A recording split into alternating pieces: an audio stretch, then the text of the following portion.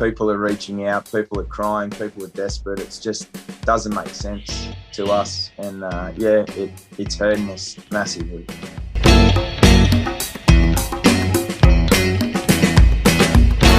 Hi, I'm Evelyn Rae. Welcome back to another episode of One Nation TV for New South Wales. With me today, I have some very special guests. I'm really excited to get into things today with them. I have a New South Wales fireman, Nathaniel, and a Queensland fireman, Brenton, joining me. Thanks, guys, so much for your time this morning. Thanks, Evelyn.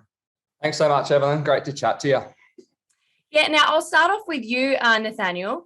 I was hoping, you're obviously a currently serving member of the New South Wales Fire Brigade. I was hoping you could give me a little bit of your background and I guess what you're trying to achieve today through speaking to me. Thanks for having us on, Evelyn. Yeah, Nathaniel, like you said, I'm a serving member in New South Wales. I'm a firefighter. I've been in the brigade for the best part of 18 years. I've got two adult sons who were only little babies when I joined. I've had a pretty awesome career. I love my job, absolutely love it. To this day, it's been one of the, it's shaped my life massively. From I was searching for something to do as a 30-odd-year-old. I was stale in my career, and I met a fireman, and the rest is history. It's been such a great career, and I'm just here today to try and speak up on on what's happening in this world. I suppose we're mandated by the 17th of December, and we're just trying to get the word out that mandates aren't the answer, and there's a big scope for conversation that's not seeming to be had at the moment. Very sad. I'm heartbroken for people in your position. I mean, some of us have a lot more flexibility and a lot more time up your sleeve, but when you say December 17th, that's coming up really quickly. And before I go on into a bit more detail with that, I was hoping maybe, Brenton, you could share a little bit with the audience about who you are, your background, and again, the same sort of question, what you want to achieve today by talking to me. Yeah, thanks, Evelyn. Yeah, my name's Brenton. I've been a firefighter for 11 years in Queensland. Currently live on the sunny Gold Coast and have a lovely wife and have my first child due probably in a couple of weeks, actually, which is exciting. Same with Wiggles. Like I love my job. It's amazing being a part of a fire service, and serving and protecting the community is so much fun. Before that, I was a professional lifeguard, so I've spent most of my years always looking after the community, and I'm making sure that they're healthy and happy because I'm healthy and happy, and it's something that the camaraderie and my job is just amazing. And it's just, I've just seen so much anguish happen when I speak to my other fiery brothers and sisters in Victoria, New South Wales, and we're not mandated yet in Queensland, which is amazing. So I'm not sure if it's coming or not, but already you're just seeing the toll around the station. There's division, there's segregation, and the talk of what's happening with COVID and the mandates and stuff. It's not a fun place to be at the moment sometimes with what's happening, and just trying to make everyone come back together and just get a voice out there that it's happening all around the community, and we just need a bit of love and a bit more unity, and not segregation and discrimination happening. Yeah, that's it. And at the moment, we are an incredibly divided nation, and a divided nation is a conquered nation, in my opinion. And I'm honestly so incredibly humbled and proud that you guys are here and you're willing to speak out, especially knowing that, this isn't easy. And, because we are divided, this could be seen as a good or a bad thing, depending on the audience. But I do thank you both again for kind of putting your neck out here for your colleagues who are in a similar position to you, and for people around the country who are firemen and firewomen. I don't know what the correct term is for that, who are sort of facing the same, really pointy end that you guys are. And so, Nathaniel, I was going to ask you, and I'm not sure if you know the exact number, but are you able to sort of explain to me, because I know it's mandated in New South Wales, but not Queensland, how many firemen are kind of in a similar position to yourself who are facing this mandate? And can you explain maybe to people who might not really understand how the fire brigade can mandate you, sort of what's going on in that sort of process? Yeah, so we're firefighters, Evelyn. Thank you. Yeah, we're all firefighters. Yeah, so we've got a group pro-choice, and we were very particular in the naming of that because, as you know, we get labelled every day as anti-vaxxers. My colleagues have seen me sit down at the mess room table and receive my flu shot. So I'm definitely not an anti-vaxxer, but within our group, we have the best part of 400. Now, there's some people in that group that I think at the end of the day, they will go and get vaccinated because they just can't afford to lose their job. Mm. They got, like Brenton, got children on the way. They've got young children. They've got big mortgages, and being in Sydney, like the prices of houses are ridiculous. Mm. And so there's probably, I don't know how many in the end will definitely lose their jobs come the 17th, and we are trying to fight and push that back. We're our union's they're offering us support. They're looking at a paper that's come out, a policy, and it's only a draft policy at the moment through Fire Rescue. So the union's looking at that draft policy, and they've given us the opportunity also to sort of sift through it and make alterations and changes. Their risk assessment that there was no risk assessment by Fire Rescue. They just followed public health orders basically, and which is, I suppose, what was happening throughout the environment at the time. But we asked for a risk assessment with the vaccines, with the virus. So we're pushing that back. We're getting some support from our union, and look, come D-Day, we're hoping we can push back that date a little bit. We don't know really what's going on. We're just a group of firefighters who are making it up as we go along, and it's difficult and treacherous waters, uncharted waters. We're like Captain Cook, coming over the water on the boat, and we don't know what's going to be in front of us. We don't know what's going to happen when we hit land, and we're hoping to push things back. But at the end of the day, I don't know how many, to be honest, will be standing at the finish line and will be handing in their badges and caps and uniforms on the day. So I hope that answers most of the question. That just makes me heartbroken again. I know I'm using that word a lot, but like handing over your badges, your caps, like I served, as you know, for a while, and I did that on my own terms, and that was hard enough. So doing it on, when you don't want to have to do it, and you sort of put in that position, I can't imagine the emotional toil that's going to take on a person, especially giving so much to the community for such a long time. Now, Brenton, I wanted to ask you, is it a similar situation in Queensland? Are there quite a number of you up there who are, I guess, pro-choice with the mandates and with the vaccination? And you said before that it hasn't been mandated, but have you heard, or do you think that it's likely it will be? Yeah, up here, we've got hundreds of pro-choice firefighters, and it is a group of vaccinated and unvaccinated firefighters. So they still believe in freedom of choice in the workplace. There's a lot of fireys that have gone adding up the vaccination that are a part of our group, and just really want to make sure that everyone still has the choice in the future, because sometimes it's not so much the vaccine, but it sets a precedent. You're handing over medical records to your employer. Other things can be mandated on top of that. So it has a lot of consequences. It's not just that vaccination, get 2 jabs and you're done. And then on top of that as well there's religious exemptions that are being denied. We're trying to offer up other solutions like pro-choice firefighters. We want a safe workplace as well, and a safe workplace is a COVID-free workplace. And the vaccinations, as we know, doesn't stop transmission. So as pro-choice firefighters, we've actually gone on the front foot. We're offering solutions like rapid antigen testing that has up to 98% success rate with high viral load COVID-19, and then 65% if they don't have very high viral loads. But if you do another test 5 minutes later, it's almost 98%.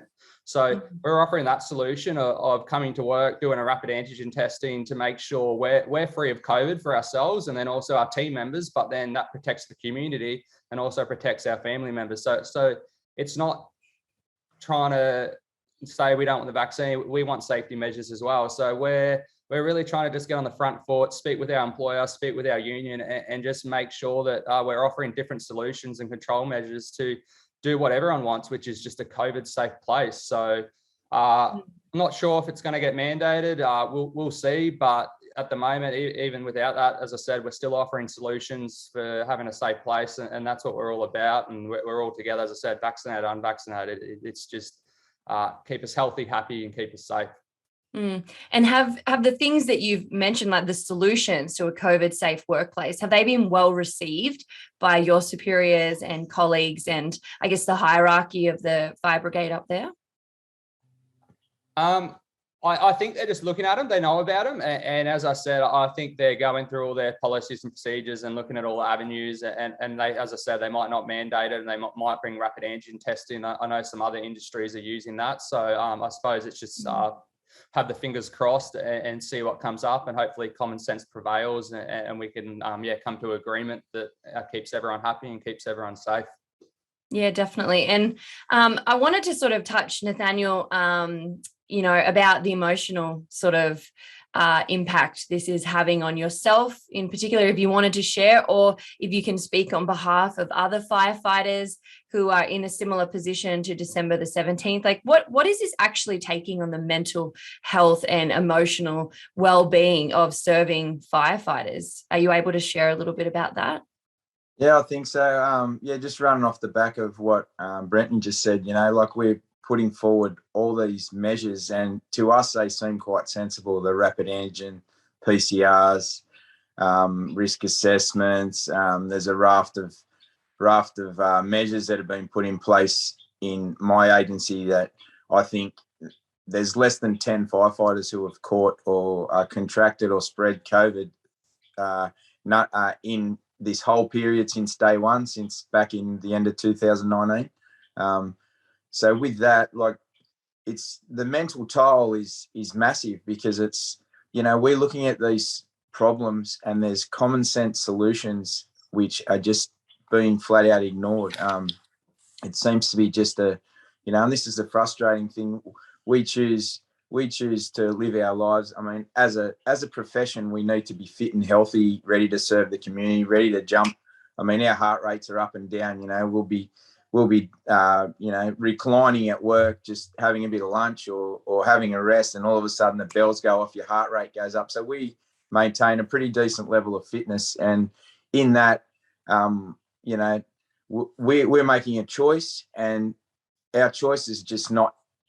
It's not a choice, really. We don't get that choice. So in that, the mental health is a massive thing here. I mean, we know about, suicide rates throughout Australia at the moment are they're going up at a rate of knots, and it's so sad that people are just, their choice is not a choice. And yeah, look, I've been at home for the last 3 weeks, and I love my job. I love going to work. I love hanging out with the guys at work. Being a fireman's like a dream job, and to love it so much and not really want to go and face every day at the fire station is pretty devastating. I've been speaking to a psychologist just to maintain my my mental space, and sometimes I feel like a fraud because I'm pretty upbeat, but I think I did work out with him. It's more about maintaining your headspace at the moment for me, because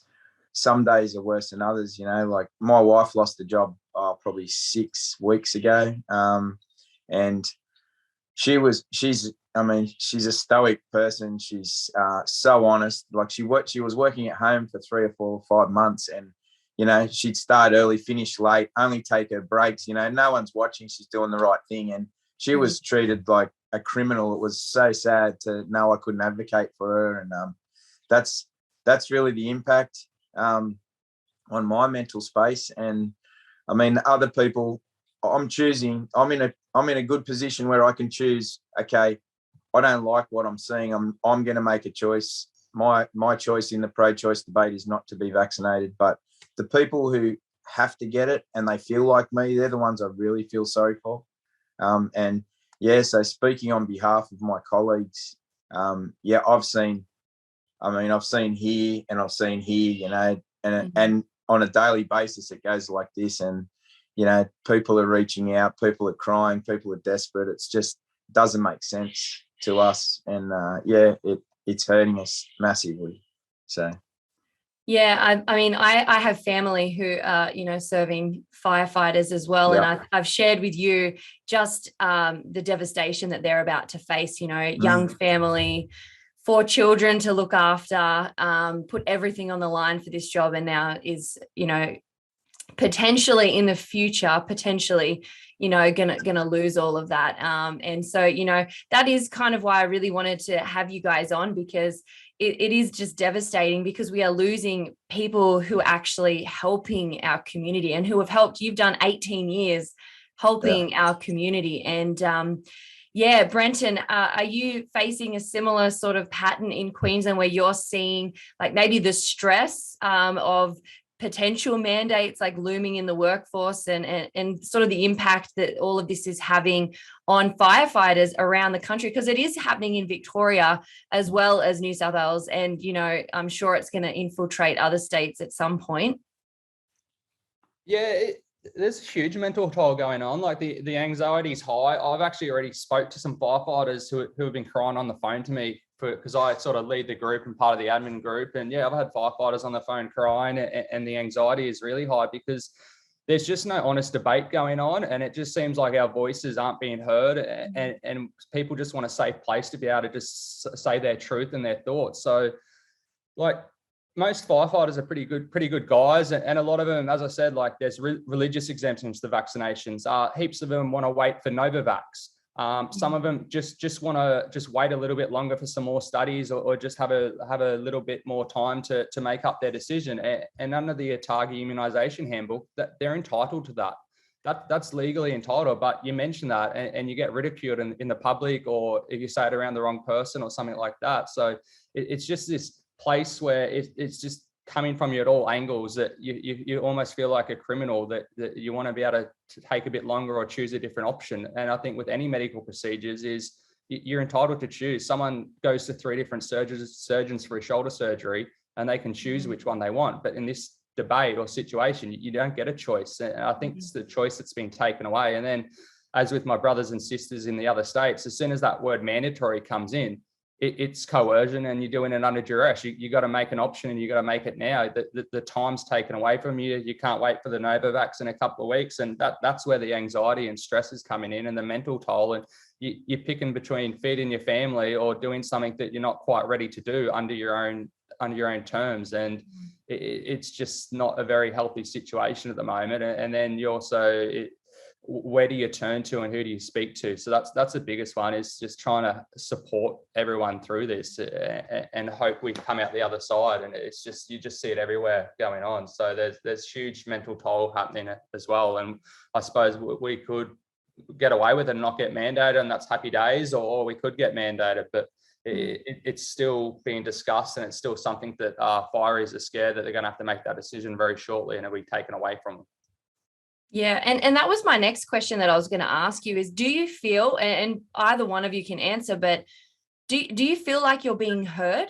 And, you know, like, where do you go from here? Like, where do you see yourself, and what's your sort of next sort of plan moving forward for the pro-choice firefighters of Australia? Yeah, I'll go first, I suppose. Yeah, look, like you said, we're all in different stages, and the anguish of these decisions are great. But as far as being heard, I mean, I'm not going to call it an agenda, but of vaccination. But I just see like I said, we've got this mandate coming. The fire brigade's put out although it's a preliminary policy. It's early, it's okay. Yeah, it's we're trying to amend it, and just the wording, and we feel probably we're not really being heard. They're that what they're failing to recognise or acknowledge is adverse reactions. Like you speak to people, and like Brenton said, you speak to someone, you get ridiculed by putting facts in front of them, and we can see there's a lot of adverse reactions happening with these trial jabs, and we're just not being heard about these things. The doctors know better, but it seems to be a battle of science and medicine. Like my scientists and doctors are better than your scientists and doctors, and we've tried to amend the policy. We've sent letters to our inspectors, superintendents, assistant commissioners, and what we get back is really just a generic sort of thank you for your inquiry. We're following public health orders, so there's been no, if I say an agenda, I don't know what else to call it, because it's just, look, sir, we've got some adverse reactions by firefighters here on just go and get vaccinated. And it's like, but we're all about health and safety in this job, about inclusiveness, about being, we're trained in the fire brigade to be, to be independent thinkers. And, if we got a problem, we have to think in a split second to solve that problem, because, it could mean injury to us or someone else. So, we're encouraged to be like that, to work in groups, but be independent thinkers and come together and bring the best solution. And this just doesn't feel like it. So, in a nutshell, and I've gone around the block, but no, I don't think we're being heard at all within our organisations, to be honest. So, and as a whole in society, no. And I guess my next question would be, how do we, the audience, how do people in the community, how can we support you guys in your decision? Maybe Brenton, you can answer this question. Yeah, can I just touch on the other last question? Yeah, absolutely. What was it again, sorry? I got the answer. I just forgot the exact question. Just whether you felt like you were being heard, and like where you guys are going from here. Yeah. Same with Wiggles. Like, we're in this situation too in Queensland where not one firefighter has even caught COVID yet. And we've got firefighters already who have had serious adverse reactions and hospitalizations. And we just want that honest debate of going, well, if firefighters have already been injured and taken off the job, and that's our brothers and sisters at work, can we just have an honest debate of what protocols to use and what's the best way moving forward as a collective, and how do we stop injuries on both sides? Like, people die and get injured of COVID, and people are dying and injured of vaccinations, but there's also some adverse reactions that are happening. And we just really want to be able to just have an honest debate and put those policies and procedures, as Wiggles was saying, and make sure that we keep everyone safe. And what can the public do? I think it's almost it's a political point now. I think they need to realise that there's nurses up here in Queensland. There's nurses being stood down as we speak right now. QPS officers are being stood down. QAS officers are being stood down. And as I said before, these are our wonderful community serving members that were heroes last year, and now they're not heroes this year, and it's all getting swept under the rug. Mainstream media is not really covering it, and we don't know where else to go. So it'd be reaching out to maybe one of your frontline workers and just seeing how they're going and checking in with them and just asking them what can you do to support us, and it'd be writing letters to the QAS or QPS or fire service and just say that or the politicians, and just say we're happy for them to be unvaccinated or vaccinated, and it doesn't matter to us, and we just want to be protected. The same thing as a firefighter. Like, for the last 11 years is we have obviously these values and integrity and non-discrimination, and we have all this pride in regards to what we've been taught. And when we rock up to a fire, it's not whether you're an alcoholic or you make a silly decision and drive your car drunk and you crash. We're there to protect you. Even people who commit suicide, we're there to protect them as well. It's not a choice for us. We rock up to any situation regardless of if you're the premier or you're a homeless person, we treat you the same, and we treat you with dignity, and we do what we need to do, and that's our job, and that's all we ask for ourselves is to be treated with dignity and be treated like adults, and to have our voices heard and understand that everyone's in a different situation, and work together to have an outcome, great outcome for everyone. Yeah. And that's the thing, like, last year's heroes are, basically going to be jobless and facing some of the most difficult times of their life. And before we wrap up today, I just want to give you both an opportunity to say anything you like. Is there anything either of you want to say before we conclude today? Anything you want to add? I just think, if I could just speak to the common man or the normal person or whoever that may be, look, like Brenton said, all we want to do is make a choice for ourselves. And, with any medicine, it's the old, you can take a few different things for a headache. You can take Panadol and Nurofen. And now if the government comes and says Nurofen's off the table, everyone's got to take Panadol. But Panadol gives me a sore stomach. Too bad, take Panadol.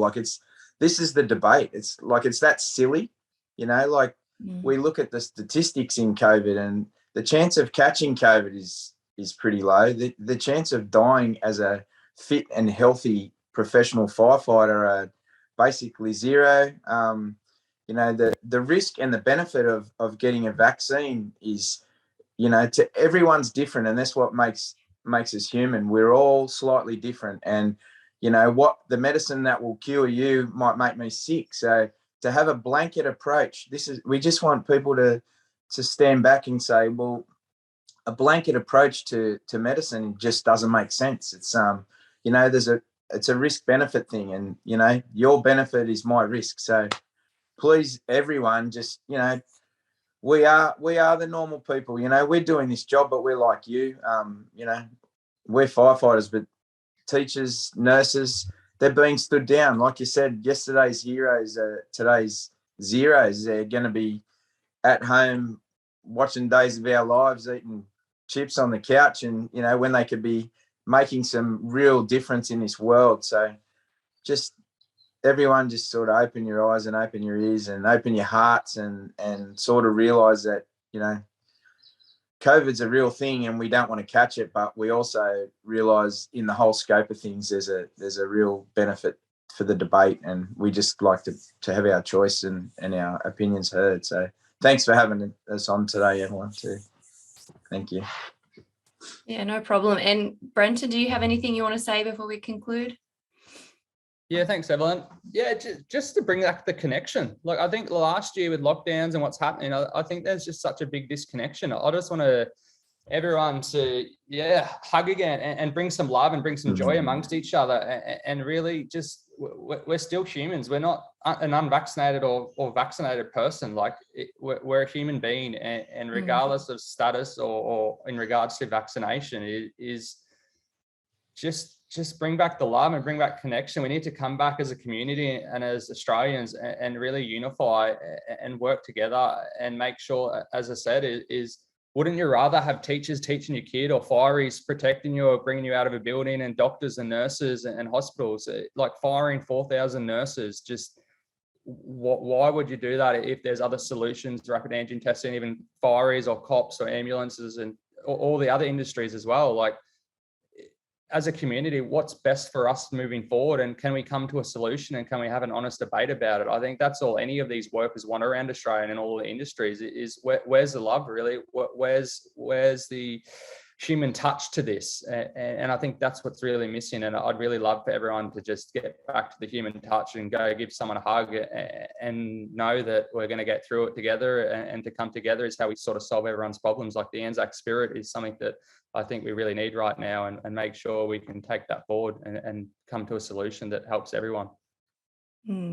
Absolutely. I think that united, we stand, divided we fall. So yeah, thank you both so much for sharing your stories with me today and for giving me some incredible insights into the situation that's happening New South Wales, Queensland, and around the country. I wish I could go into more details with you guys, because I would just love to pick at each one of your stories and go into it more, but that's probably all we have time for today. But really appreciate you, Nathaniel and Brenton, for joining me, and really hoping and praying that there are tangible solutions for everybody moving forward in your industry. Thanks, Evelyn. That's all we can hope for, I suppose. Yeah, thanks so much, Evan. Really appreciated the chat. It's great to get something off my chest and have a great chat and let everyone know where we're at the moment. Awesome. All right, guys. Well, that is the latest episode of the New South Wales One Nation TV. I hope to see you on the next episode. We're going to have some more incredible guests to join us, so I'll catch you then.